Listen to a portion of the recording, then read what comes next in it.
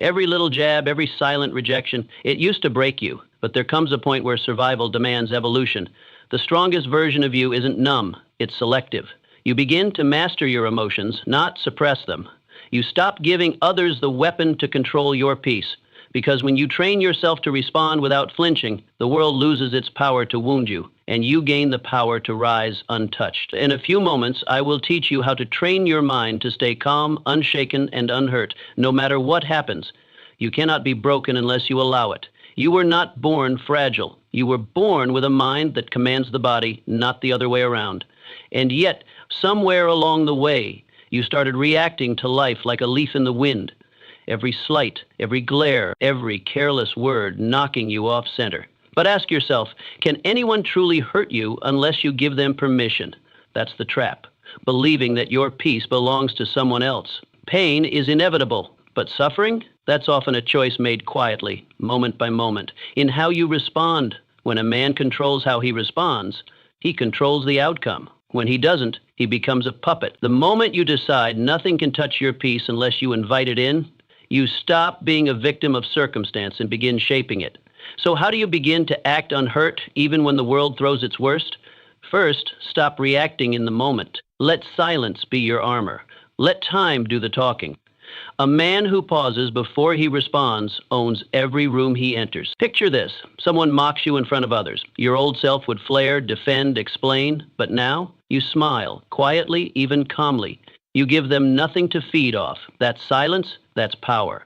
Now ask yourself, why do you rush to defend your worth to those who don't see it? Why give energy to those who drain you? Every time you react, you reinforce their power over you. But every time you stay composed, you build strength inside you they can't reach. Remember, the strongest man in the room isn't the loudest. He's the one who could speak but chooses not to. You become that man, not by denying pain, but by refusing to be ruled by it. What you ignore, you outgrow. Every insult, every rejection, every cold shoulder, it used to burn you until you learned that attention gives fuel. What you feed grows, what you ignore starves. And when you learn to ignore what once tore you apart, you begin to outgrow it. And that's not indifference, that's evolution. You've been conditioned to believe that if you don't fight back, you're weak. But silence isn't weakness, it's wisdom wrapped in discipline. The oak does not tremble with every wind. It stands still, silent, watchful. But how do you cultivate that stillness? You begin by examining what truly matters. Not every comment deserves a reaction. Not every battle is worth the wound. Discipline begins when you start conserving your energy for the fights that build your character, not the ones that flatter your pride. Imagine this. Someone spreads lies about you behind your back. You hear about it. Every bone in you wants to confront them, but instead, you keep building. You keep showing up. You let time reveal truth, and it always does. Have you noticed how the more you respond, the more you're dragged into cycles that weaken you? But when you ignore noise, you rise above it. That's not escape, it's elevation. And elevation gives you perspective. So next time your emotions demand a reaction, pause and ask, will this matter tomorrow? Will this decision feed my future or just my ego? Most of the time, the answer will guide you towards silence. And in that silence, you'll discover an unshakable self. Your reaction is the real enemy. It isn't the insult that breaks you. It's the reaction that follows. You cannot control the world, but you can always control your response. And that's where your real power lies, not in changing others, but in mastering yourself. You've seen it how quickly a man loses his power the moment he reacts from impulse. One careless word, one moment of anger, and years of respect vanish. But here's the truth. No one remembers the insult. They remember how you responded. So, how do you keep yourself calm when everything inside you is screaming to strike back? First, you train. Like a soldier preparing for war, you rehearse restraint in small moments. When someone interrupts you, breathe. When someone disagrees, listen. When someone attacks, observe. These are your drills. Picture this.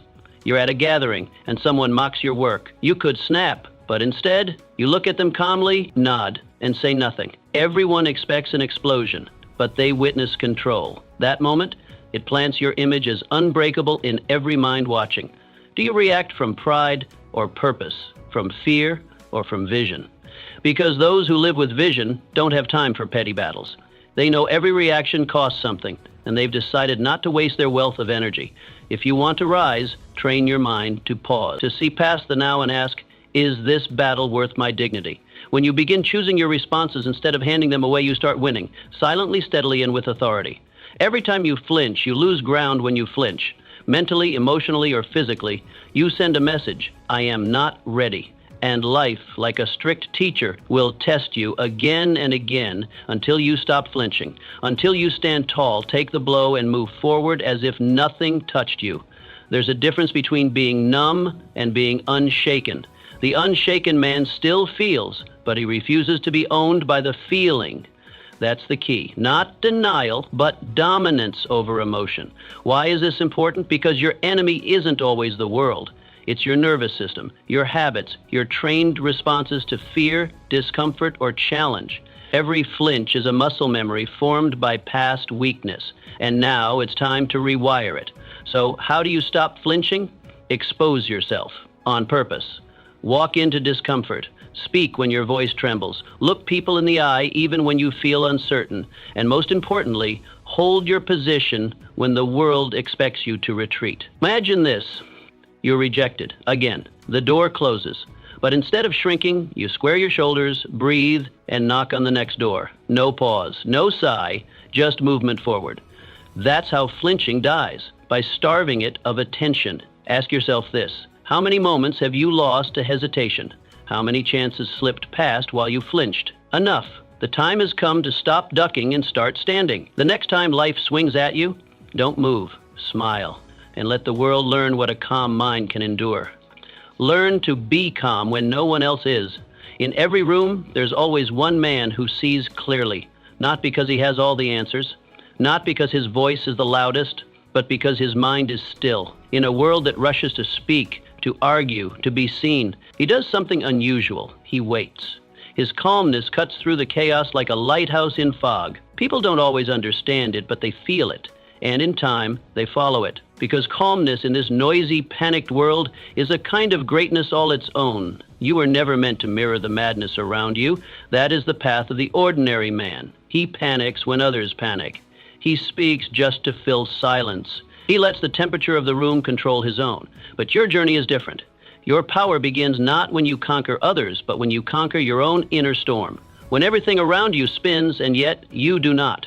That's when true clarity begins. But let's not pretend it's easy. How does a man stay calm when everything inside him wants to lash out, break down, or escape? It begins with recognition. You must be honest about the war inside you. You must feel the tension rise, and instead of becoming it, you observe it. Breathe deeper, sit back, refuse to be baited by the noise. You don't win by shouting louder. You win by seeing clearer. And no man can see clearly while drowning in his own reaction. Imagine, you're in a heated meeting. Accusations fly. Pride swells in the room like a fire. Everyone scrambles to be right. And yet, you say nothing. Not because you are passive, but because you are waiting, watching, measuring. Then, when the moment is right, you speak just one sentence and the room stops. That's the force of calm. It doesn't push. It pulls. It commands attention not with noise, but with weight. Think of the times you joined the storm. You let anger drive your words. You reacted too fast. And what did it cost you? A relationship? A decision? Your own peace? Those were not failures of intellect. They were failures of calm. You didn't need more knowledge. You needed more silence inside. From now on, train yourself. When pressure rises, pause. When insult comes, smile. When you want to yell, breathe. Let others break themselves trying to be heard. You, be the one who doesn't flinch. Be the one who remains steady when no one else can. Calmness is not weakness. It's strategy. It's power. It's leadership. So when the next storm comes, and it will, ask yourself one thing. Will I join it or will I rise above it? Because in every room, there's one man who sees clearly. Let it be you. Pain doesn't mean you're losing. You've been conditioned to flinch at the first sign of pain, to retreat, to believe that if it hurts, you must be doing something wrong. The world whispers that comfort is the goal, that ease is success. But what if that's the greatest lie you've ever swallowed? What if pain isn't punishment, but preparation? What if the ache you feel in your body, in your heart, in your spirit is not a warning sign to stop, but a signal to keep going? The man who rises is not the man who hides from pain. He's not the man who waits for life to be soft. He's the one who walks into discomfort and learns to see it differently. He trains his mind to reinterpret what others fear. While most see pain as suffering, he sees it as shaping. Others break under the weight, he builds muscle. Others whine, he works. Not because he enjoys it, but because he understands it. He knows pain has a purpose. But how do you act like you're not hurt when your insides are screaming? When your back is tight, your eyes burn, your heart feels crushed by the weight of failure? You don't pretend it's not there. You look through it. You remind yourself that pain is not permanent. It's not a prison sentence. It's a message. It says you're alive. You're not coasting anymore. You're becoming. Imagine this. You're chasing something bigger than yourself, a goal that matters. The hours are long. The pressure is real. Your muscles ache. Your energy drains. And yet, instead of folding, you rise taller. You straighten your spine. You embrace the strain. Why? Because now you know this is not the end of you. It's the making of you. The very pain that once made you question your path now becomes the proof that you're walking it. Pain, when understood, becomes a kind of sacred fire. It burns away the weak version of you, the quitter, the complainer, the coward. What remains is forged in endurance, solid, steady, capable of carrying what soft men cannot. That's who you're becoming. Not just someone who survives pain, but someone who uses it, who turns every bruise into a blueprint, every scar into strength. So now the question is no longer, how do I escape this pain? It's, what is this pain shaping in me? What will emerge once I outlast this moment? Because if comfort made you who you are, you'd still be stuck in the same place. But pain has a way of breaking the shell you outgrew long ago. Don't run from it. Don't resent it. Welcome it. Because on the other side of pain is not just a stronger man, but an unshakable one. Stop needing to be understood. One of the most invisible yet deepest forms of pain is the ache of being misunderstood. You speak from your heart, you reveal your dreams, you try to explain your stillness, and still they look at you as if you're speaking another language. You make decisions that are true to your purpose, but they see rebellion. You choose silence, but they label it pride, and so you defend. You explain. You over-explain. You become a translator of your own soul just to earn a nod of approval. But what does it cost you? Slowly, you trade clarity for validation. You lose the sharpness of your vision trying to be seen through blurry lenses. The truth is simple, though hard to accept. The man who needs to be understood by everyone will always be controlled by them. His peace will be a fragile thing shattered by each raised eyebrow, each dismissive laugh, each moment of being overlooked. But greatness has never come from consensus. It has come from conviction. Not everyone sees what you see. Not everyone is meant to. Some are blind to your frequency because they were never wired to receive your signal, and that's okay. You're not here to beg for their understanding. You're here to build. So, instead of chasing approval, chase consistency. Let your actions repeat themselves with such discipline that they form a trail of evidence in your work, in your craft, in your silence. You do not need to convince people of your worth. You need to become undeniable. And that doesn't come from shouting louder. It comes from walking straighter, quietly, steadily. But how do you let go of that pull, the deep, almost childlike urge to be seen, to be appreciated, to be praised?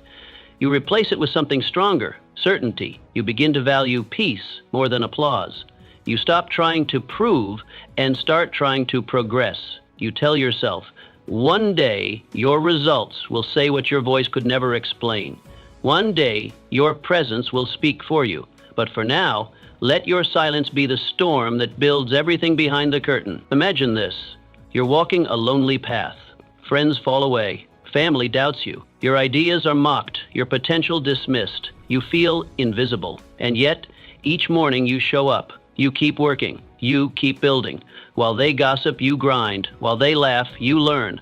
And one day, the house you built in silence will stand so tall that they'll come knocking, asking, how did you do it? And you'll smile, not out of arrogance, but out of peace, because the answer was always there, hidden in the quiet, in the consistency, in the refusal to quit just because they didn't clap. So ask yourself honestly, are you building for applause or are you building for legacy?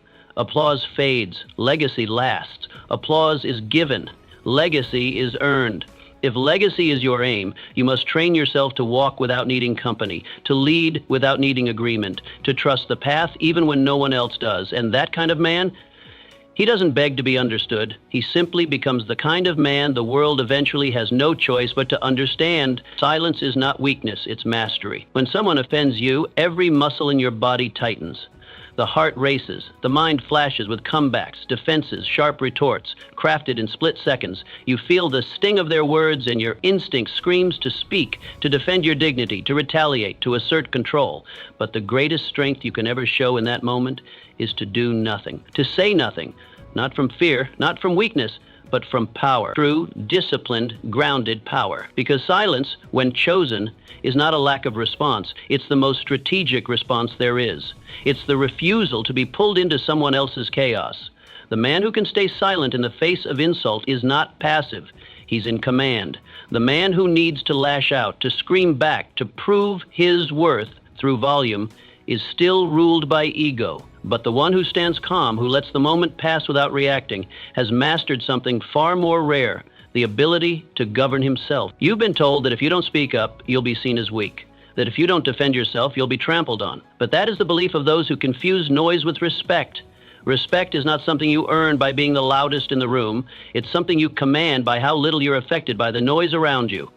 The man who speaks less is often the one who sees more. He doesn't react because he doesn't need to. His value is rooted too deep to be shaken by the surface waves of other people's opinions. But how do you reach that level of silence? How do you stand still when everything inside you wants to explode? It begins with understanding that silence isn't weakness, it's wisdom. Speaking from anger is like firing an arrow while blindfolded. You may hit something, but you'll rarely hit what matters, and you'll often cause more damage than the offense ever did. Learn to pause, not out of submission, but strategy.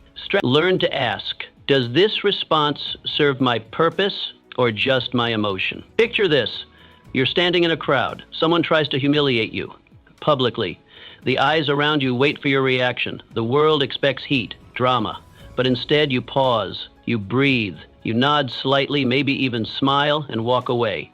That choice, that silence, will ring in their ears longer than any sharp word you could have hurled, because it's unexpected, because it shows you don't need the fight to win, because it shows you're untouchable, not because no one attacks, but because their attacks can't reach you. And in that moment, you become the man others start to notice differently, not because you shouted, but because you didn't have to. That kind of restraint creates gravity. The room leans toward you. They begin to see that you are not governed by the moment, you own it.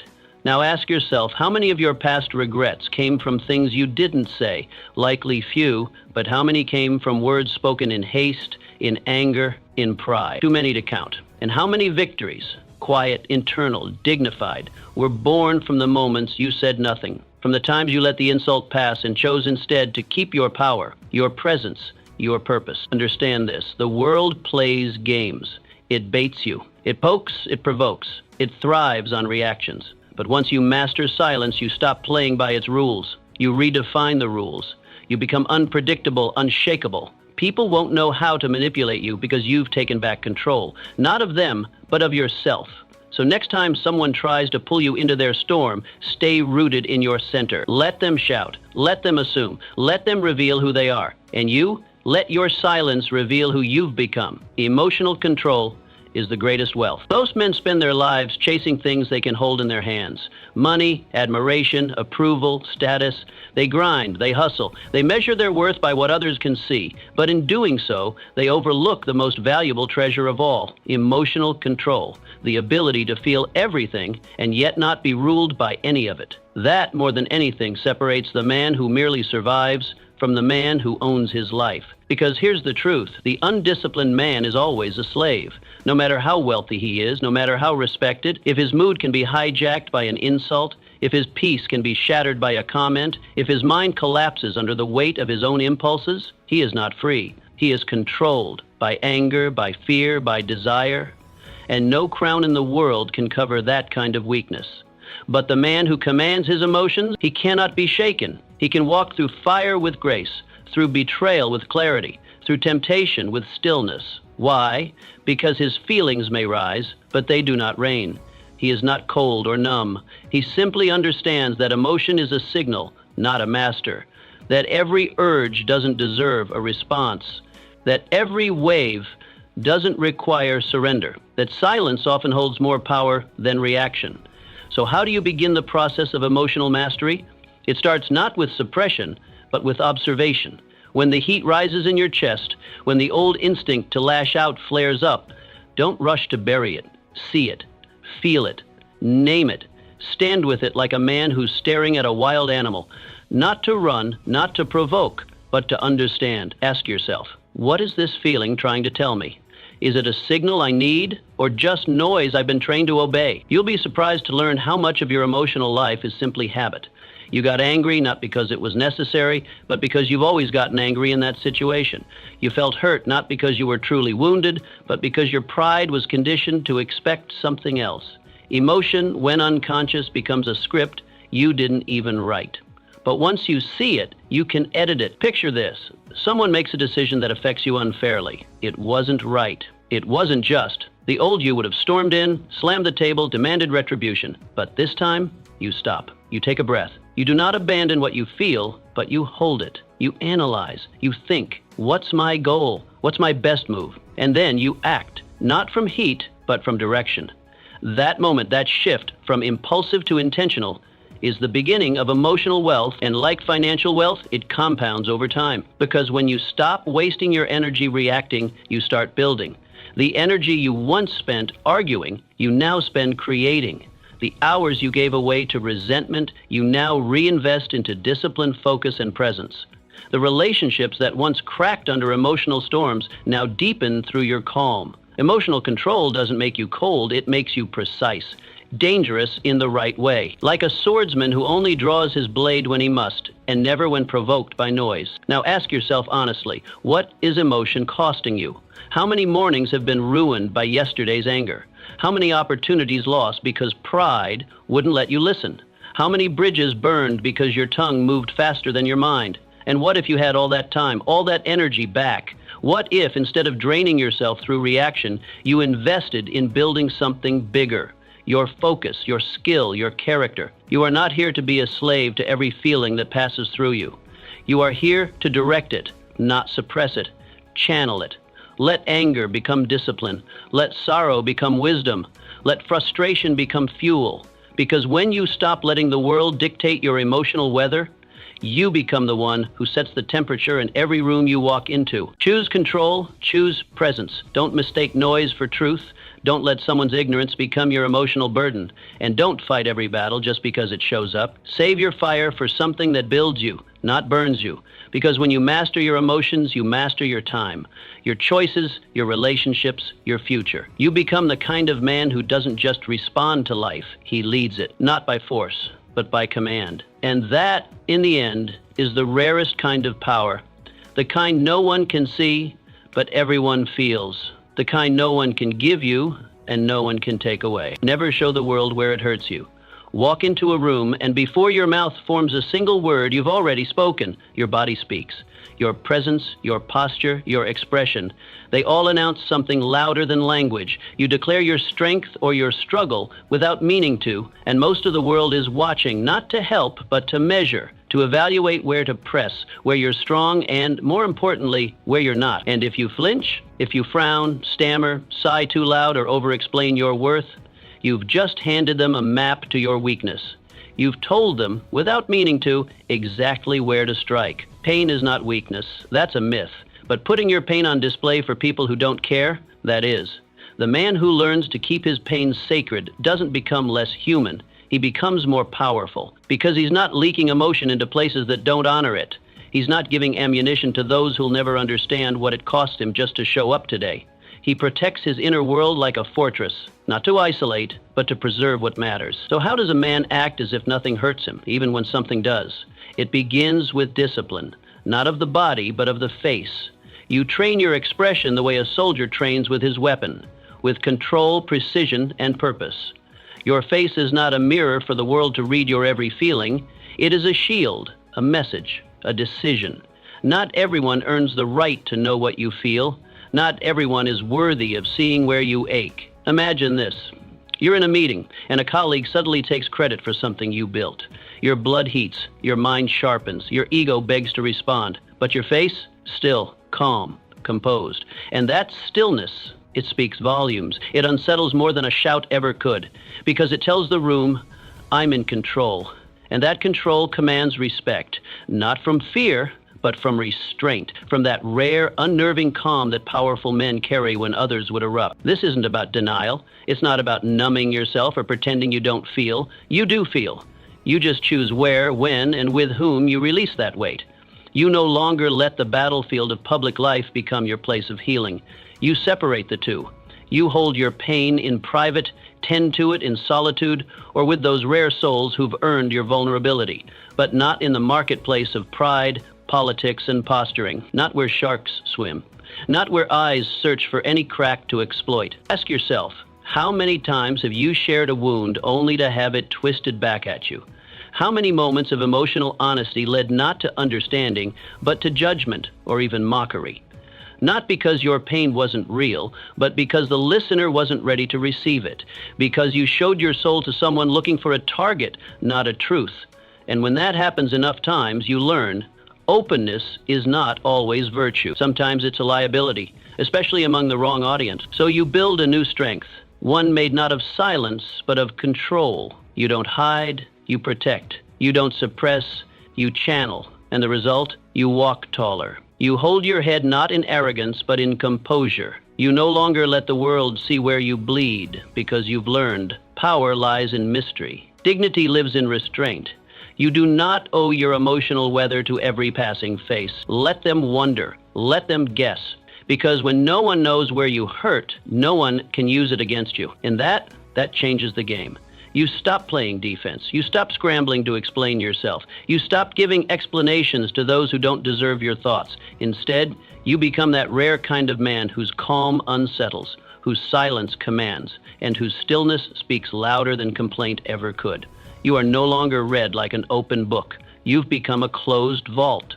And only those with keys of loyalty, respect, and trust get to know what's inside. So walk into the room like the man you're becoming. Let your posture speak of quiet certainty. Let your presence radiate composure. Let your face remain unreadable, composed, still. Because behind that stillness is a fire, not chaotic, but contained. And when the day comes that you choose to speak or reveal or open up, it will be on your terms, not because you were provoked, not because you were weak, but because you decided it was time. That's not hiding, that's mastery. And in a world that feeds on emotional exposure, the man who owns his silence owns the room. Approval is the most expensive addiction. You think you need their praise, the claps, the nods, the reassuring smiles that say, you're doing great. You convince yourself that if they approve, you must be right. If they celebrate you, you must be on the right path. But here's the truth you don't hear enough. The more you seek approval, the more you hand over your authority. It starts small. You adjust your tone to avoid offense. You second-guess your instincts so others won't misunderstand. You shape your actions like clay in their hands, molding yourself into something more palatable, less true. And before you know it, you're not living your life, you're performing theirs. You think you need their praise, the claps, the nods, the reassuring smiles that say, you're doing great. You convince yourself that if they approve, you must be right. If they celebrate you, you must be on the right path. But here's the truth you don't hear enough. The more you seek approval, the more you hand over your authority. It starts small. You adjust your tone to avoid offense. You second-guess your instincts so others won't misunderstand. You shape your actions like clay in their hands, molding yourself into something more palatable, less true. And before you know it, you're not living your life, you're performing theirs. There's a quiet slavery in being liked. A man addicted to approval will always be controlled by it. He becomes like a compass with a broken needle, always spinning, always searching, never centered. He'll soften his words so he doesn't ruffle feathers. He'll bite his tongue when truth demands to be spoken. He'll laugh when he doesn't want to, agree when he shouldn't, and shrink when he's meant to stand tall. And one day, he'll look into the mirror and see a stranger staring back, a man whose edges have been worn down by too many compromises, whose fire has been smothered by the damp cloth of collective comfort. But how do you break free from that craving, the deep, almost childlike desire to be seen, understood, and applauded? You don't do it by shouting louder. You do it by getting quiet. You sit with silence. You let it stretch. You stop performing and start listening, not to them, but to yourself. You become your own audience. You stop creating for reaction and start creating for mastery. You stop chasing applause and start chasing excellence. And slowly, your internal compass begins to reset. It's not easy, because when you take a bold stand, when you say no to the crowd and yes to yourself, they will notice. They will whisper. They will mock. They will call you arrogant. They will call you difficult. But you keep building, quietly, unshaken. You don't explain. You don't defend. You don't chase them down asking for understanding, because you finally realized if understanding is a requirement for peace, you'll never have peace. Some people don't need to understand you. They need to watch you. Imagine this. You plant your flag. You choose a path that no one around you believes in. They scoff. They pull away. They label you cold. But you don't flinch. You build, day by day, quietly. And then, a year later, they return, curious, amazed, confused. How did you do it, they ask, and you'll smile, not because you need their approval now, but because you don't. And that smile, that peace, that quiet power, it came at a cost they'll never understand, because they were too busy talking while you were too busy working. Ask yourself this: how much have you sacrificed just to be accepted? How many dreams watered down? How many opinions silenced? How much truth swallowed just so you wouldn't ruffle feathers? And now that you've done it, was it worth it? Did their approval fill the hole in your chest? Or did it only make you more hollow? Here's what no one tells you. You don't need their nod. You need your own. You don't need their applause. You need your conviction. You don't need their praise. You need your integrity. Because respect, real, lasting, earned respect, doesn't come from blending in.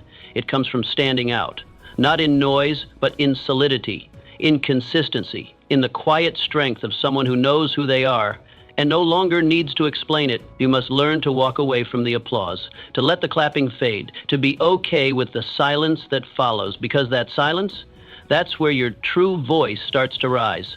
That's where your clarity begins to sharpen. That's where you start doing work that actually matters, not because it's popular, but because it's true. And when you commit to truth over trend, mastery over approval, values over popularity, you become dangerous, unshakable, respected even by those who never liked you. And the beautiful paradox? The moment you stop needing their approval is the moment they start giving it. Because the man who stands alone, by choice, is always watched. Not because he begged for attention, but because he represents something rare. Someone who doesn't fold, doesn't sway, doesn't shape himself to fit every mold. He becomes a symbol of what others are afraid to be, and they watch, silently, secretly. Some envy, some admire, all notice. So take the praise when it comes, but never depend on it. Let it pass through you, not define you. Because the moment you build yourself around applause, you'll have to keep performing to stay relevant. But when you build from truth, from values, from inner certainty, you don't perform, you lead. And that is where real freedom begins. Make discomfort your daily guest. Every man wants to grow. He says it in different ways. I want more. I want to level up. I want to succeed. But when the moment comes that calls for discomfort, for pressure, for real sweat-soaked, nerve-wracking stretching, he flinches. He delays. He chooses convenience. And convenience is seductive. It's warm. It's easy. It asks nothing, risks nothing. But what it gives is even less. It lulls a man into stillness. It breeds softness, not just of the body, but of thought, of instinct, of character. Because growth and pain walk hand in hand. There is no transformation without trial, no sharpening without friction. The man who wants to grow must choose discomfort, not once, but daily. He must become the kind of man who wakes early when his body demands more sleep, who speaks truth when silence would keep things smoother, who stays when his instincts whisper, run. He doesn't wait for discomfort to find him. He seeks it, and not because he enjoys suffering, but because he knows the only way to make pressure stop scaring you is to face it by choice. The man who grows is the one who trains himself in the little battles, the quiet daily decisions no one sees. He lifts the heavier weight, not because he must, but because it teaches him something. He has the difficult conversation, not because he enjoys conflict, but because he refuses to live in cowardice. He holds his posture, controls his expression, disciplines his appetite, not because it's dramatic or impressive, but because it matters, because he's learning to command himself. And a man who commands himself is a man who cannot be broken. How do you act unhurt, even when life throws its weight against you? You train, not once, not occasionally, but consistently. In discomfort, you wake to it, walk with it, build with it, and through repetition, what once rattled you begins to feel familiar. It loses its edge, not because it's easier, but because you're stronger. You no longer panic when pressure knocks. You open the door and nod. You were expecting it. Picture this. You're standing backstage, about to speak to a crowd of strangers. Your palms are sweaty, your stomach tightens, every part of you wants to flee, but you don't. You breathe deep, you step forward, you speak, your voice shakes, but you finish. You walk off the stage, not as the same man, but as a slightly braver version. The second time, your hands still tremble, but less. The third time, you speak with rhythm, with weight, with ownership. What changed? Not the stage, not the crowd. You grew, not in comfort, but in resistance. Now ask yourself, what have you been avoiding? What challenge have you tiptoed around, hoping it might disappear on its own? The hard conversation, the dream you shelved because of fear, the habit you know is softening you, that place where you keep saying, not today. That is the door. Behind it is the very transformation you claim to want. Discomfort, left uninvited, becomes a tormentor. It shows up as regret, as restlessness, as slow erosion of pride, but discomfort, faced willingly, becomes a sculptor. It carves the man you are meant to become. It strips away the lies you've told yourself, the excuses you've protected, the softness that's crept in through years of avoiding what's hard. And what's left? Stone, muscle, steel, not in body alone, but in spirit. Growth doesn't happen at your convenience. It doesn't show up on calm days when you feel ready. It comes at the edge, when you're tired, uncertain, exposed. That is where you're reshaped. That is where the old version of you dies and a sharper one begins to emerge. But only if you choose to stand there, only if you choose to keep showing up. So don't wait for discomfort to force its way into your life through crisis. Invite it in before it becomes suffering. Seek it. Wrestle it. Train with it like a sparring partner, not an enemy. Wake up early to meet it. Take cold showers. Hold your silence when your ego wants to speak. Tell the truth even when it burns. Start the project that terrifies you. And do it again tomorrow and the next day. Until discomfort is not a visitor, it is a companion. And with it you walk into any room, any trial, any pressure, and you do not flinch. This is not about masochism. It's about mastery.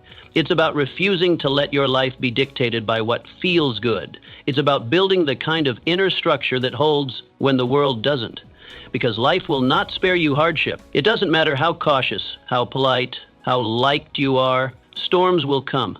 And when they do, the man who has trained in pressure will not collapse. He will rise. He will carry weight others drop.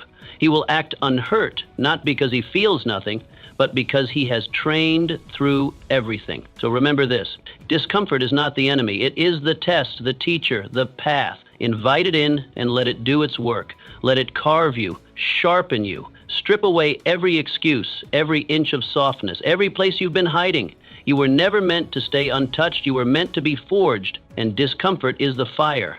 Let time be your voice. You want to speak. You want to correct the false stories, the careless words, the quiet dismissals. You want to defend your name, your vision, your effort, because it stings. Being misunderstood, being mocked, being counted out before you've even had the chance to show the full measure of who you are. And so everything in you wants to rise, to fight back, to explain yourself.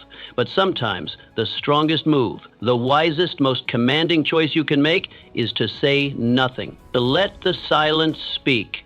And let time do the talking. Because time doesn't lie. It doesn't play politics. It doesn't need permission. It reveals. It uncovers. It confirms. And it silences every critic who once rolled their eyes when your dream was just an outline in your mind. You see, the loudest man in the room often says the least in the long run. Because while he's busy performing, defending, justifying, posturing, the wise man is building quietly, relentlessly. He knows that in the end, results speak with more authority than any words ever could. When you're misjudged, misread, or outright mocked, the temptation is to explain, to fire back, to prove they're wrong right now. But real strength doesn't panic when it's underestimated. It doesn't scramble to correct those who don't yet understand. It stays steady. It continues the work because it knows Time will reveal everything. The seed you've planted in silence, it doesn't need to shout. It just needs to be nurtured, watered, given time to break through the soil, and once it does, it cannot be ignored. Picture this. You've been overlooked for months, maybe years, passed over, counted out. The people who once spoke highly of you have grown silent, or worse, they've moved on without you. The spotlight is elsewhere, but you don't chase it. You don't beg to be noticed. You build quietly, with grit, with focus. You stay on your path, not for their applause, but for your own standard. And then one day, without a word, your success walks into the room before you do. It announces you before you even arrive. And suddenly, the ones who doubted you, they remember, they watch, they ask, but you don't need to say a thing, because the work already spoke. This is the power of patience, the discipline of restraint. You don't need to correct every rumor or prove every point, because if you do, if you respond to every insult, every whisper, every jab, you'll waste the energy you need to build. You'll trade your focus for attention, and attention fades. But the man who waits, who keeps working in silence while others talk, he becomes undeniable, not by force, not by explanation, but by results, by quiet, consistent execution. So ask yourself honestly, are you trying to prove your worth too soon? Are you giving away your peace just to be validated now? What if the delay is your advantage? What if silence today leads to admiration tomorrow? It's easy to forget in the moment, but the applause you earn after being doubted always sounds louder. It carries weight, because you didn't ask for it, you earned it. Let them talk, let them doubt, let them think you've stalled or failed or disappeared. You know the truth, you know it's growing underground, and here's the thing, they don't. They can't, because true growth doesn't make noise. It doesn't announce itself every step of the way. It's quiet, humble, but powerful beyond words. There is a storm building inside the man who has been overlooked and stayed disciplined. There is a quiet thunder rising in the one who didn't defend himself, but built himself. And when time finally speaks on his behalf, it won't be with a whisper. It'll be with thunder, with undeniable presence, with results that shake the room. You don't need to clap back. You don't need to explain your decisions to those who were never meant to understand them. You don't need to rush your emergence. The oak tree doesn't apologize for taking longer than the weed. It knows what it's becoming, and so should you. Hold the line. Keep building. Stay silent when silence protects your peace. Time is your ally if you stay the course. If you keep planting, watering, growing, and don't hand over your energy to the critics. Don't trade your long game for a short validation, because when time finally speaks for you, when the work you've done in the dark steps into the light, it will speak with the kind of force no argument can match. And in that moment, the silence you chose, the restraint you held, the patience you practiced, will all make sense. You'll see that what felt like being ignored was actually protection. What felt like delay was preparation. What felt like being counted out was just the pause before your breakthrough. You don't need their permission. You don't need their understanding. You just need your work, your focus, your faith. Stay the course, trust the process, and let time do what it always does. Reveal what's real. Choose dignity over drama. There will always be drama around you. That's the nature of the world. Some people thrive on chaos the way a man thirsts for water in the desert. They stir conflict not because it's necessary, but because it gives them a sense of importance. It draws eyes, it makes noise. And the more you rise, the more of this noise you'll attract. Not because of anything you did wrong, but simply because your composure threatens their comfort. Your silence unsettles them. Your refusal to engage leaves them exposed. And so they poke, they provoke, they pull. If you're not disciplined, you'll get pulled in, not because you care, but because reaction is tempting, especially when your pride is touched. But the man who lives as if nothing hurts him doesn't chase noise. He doesn't need to clap back or outwit every jab. He understands something most people never learn. Dignity is the strongest form of dominance. And dignity is quiet. Dignity walks away, not because it is afraid, but because it's above the argument. The truly powerful don't play in the mud. They don't lower their voice to be heard by people who refuse to listen. They walk a higher road, and that road is not crowded. So how do you carry yourself with that strength when everything inside you wants to retaliate? When someone questions your character, when they try to humiliate you in front of others? You draw a higher circle around your life. You choose your peace over their poison. You say less, but you mean more. You don't explain yourself to everyone. You don't perform for every critic. You don't answer every false accusation. Why? Because you understand the difference between reaction and response. You understand that sometimes silence is not avoidance, it's authority. Picture this. You're in a room full of people, speaking your truth, minding your business. When someone tosses a cheap insult your way, it's loud, it's calculated, the room quiets. All eyes turn to you. They're waiting. Will you shout back? Will you take the bait? Instead, you smile. Not a sarcastic smirk, but the calm smile of a man who knows his worth. You finish your sentence, composed, clear, and then you move on. The insult fades. The crowd forgets the words thrown at you, but they remember your class, your control, your dignity. That's power. The world loves to measure men by their noise, but history remembers men for their discipline.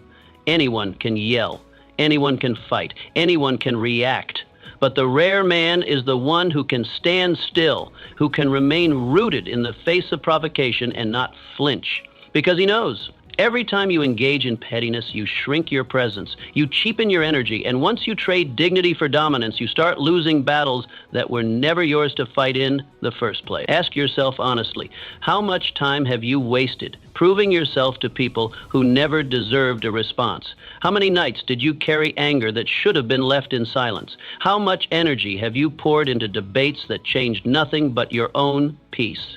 You don't need to win every argument. You need to win your day. And that means not stepping into every trap that's laid at your feet. There's a difference between power and noise, between strength and struggle, between influence and impulse. And the man who understands this difference is the one who others begin to respect, not because he forced it, but because he earned it, quietly, consistently, with grace under pressure. Let them talk. Let them whisper. Let them try to bait you into their drama. Let them mistake your silence for weakness. That's not your concern. Your concern is your mission, your discipline, your growth. Let them wrestle with their own noise. Let them get dizzy, spinning in circles of conflict. You keep walking forward, head high, feet planted, mouth closed, work in progress, because when dignity becomes your habit, peace becomes your lifestyle. And there is no man alive who can take that from you. Not the loud ones, not the bitter ones, not even the powerful ones. Peace is earned in quiet decisions, the decision to stay calm, to walk away, to let your results speak instead of your rage. That's a kind of power that can't be faked and can't be shaken. So next time someone tries to humiliate you, insult you, belittle your journey, don't play their game. Don't trade your composure for temporary satisfaction. Don't let their chaos become your climate. Remember who you are. Remember what you're building. Smile, finish your sentence, and move on. Because in the end, the insult will fade, the jab will be forgotten, but your dignity, that will echo. And those who once laughed will watch. Those who mocked will remember. And the very people who thought you were too soft, too quiet, too calm will see that you weren't weak, you were simply too powerful to be distracted. Let your silence be your sword, let your peace be your armor, and let your life, not your lips, be the loudest thing in the room. Power belongs to the one who waits. The strongest man in the room isn't the loudest. He isn't the one who jumps in first with an answer, or the one who forces the spotlight onto himself. His strength lies in his stillness, in the way he listens more than he speaks, in the way he observes before he engages, in the way he waits, not because he's uncertain, but because he is calculating. Waiting, in a world that equates speed with success, is often mistaken for hesitation. But true waiting, the kind that's rooted in discipline and purpose, is not weakness, it's power, wearing a quiet face. The man who waits understands something most overlook. Timing is everything, not just in war or business, but in life itself. Move too fast and you trip over what you didn't take time to see. Speak too soon and you give away more than you needed to. React too quickly and you play the game by someone else's rules. But the one who waits sees the whole board. He doesn't just see what's happening, he understands why. He doesn't just watch people's words, he studies their patterns. And because he waits, he moves with clarity while others stumble in confusion. In a world obsessed with immediacy, instant answers, instant reactions, instant gratification, the man who can delay becomes rare, and anything rare becomes powerful. We live in a culture where slowness is condemned, where silence is mistaken for emptiness, where waiting is seen as falling behind. But the truth is, when you wait, you don't fall behind, you rise above. Because while the world rushes to act, to prove, to be first, you sharpen, you gather, you align. But how do you train yourself to wait in a world that's always pushing you to rush? You start where no one sees. You build patience in the shadows. You pause before you speak, especially when emotion is high. You breathe before you decide, especially when pressure is heavy. You let silence stretch, even when it feels awkward. Because silence teaches you to listen deeper. You practice being calm when everyone else is reacting. And slowly that calm becomes your default, not because you're passive, but because you're in control. Patience is not a gift you're born with, it's a habit you forge, and the more you practice it in small things, waiting a little longer before responding to a message, taking a full day to think before making a decision, observing instead of jumping in, the more natural it becomes in the big moments, moments where everything is at stake, moments where everyone's watching, moments where one impulsive move could cost you something you can't get back. Picture this. You're offered a shortcut. Everyone else takes it. They rush ahead, laughing, confident, certain that faster is better. But you hesitate, not out of fear, but out of wisdom. You study the ground. You notice what they didn't. You choose the longer path, the harder one. You take the time to build your foundation, brick by brick. No applause, no crowd, just quiet, consistent effort. And then, weeks later, months maybe, the dust settles. The shortcut collapses. Those who rushed are scattered. And you're just getting started.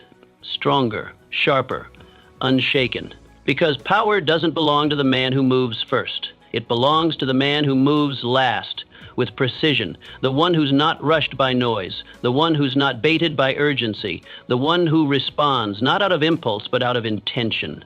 The man who waits doesn't wait forever. He simply waits until it's right. Now look back at your life.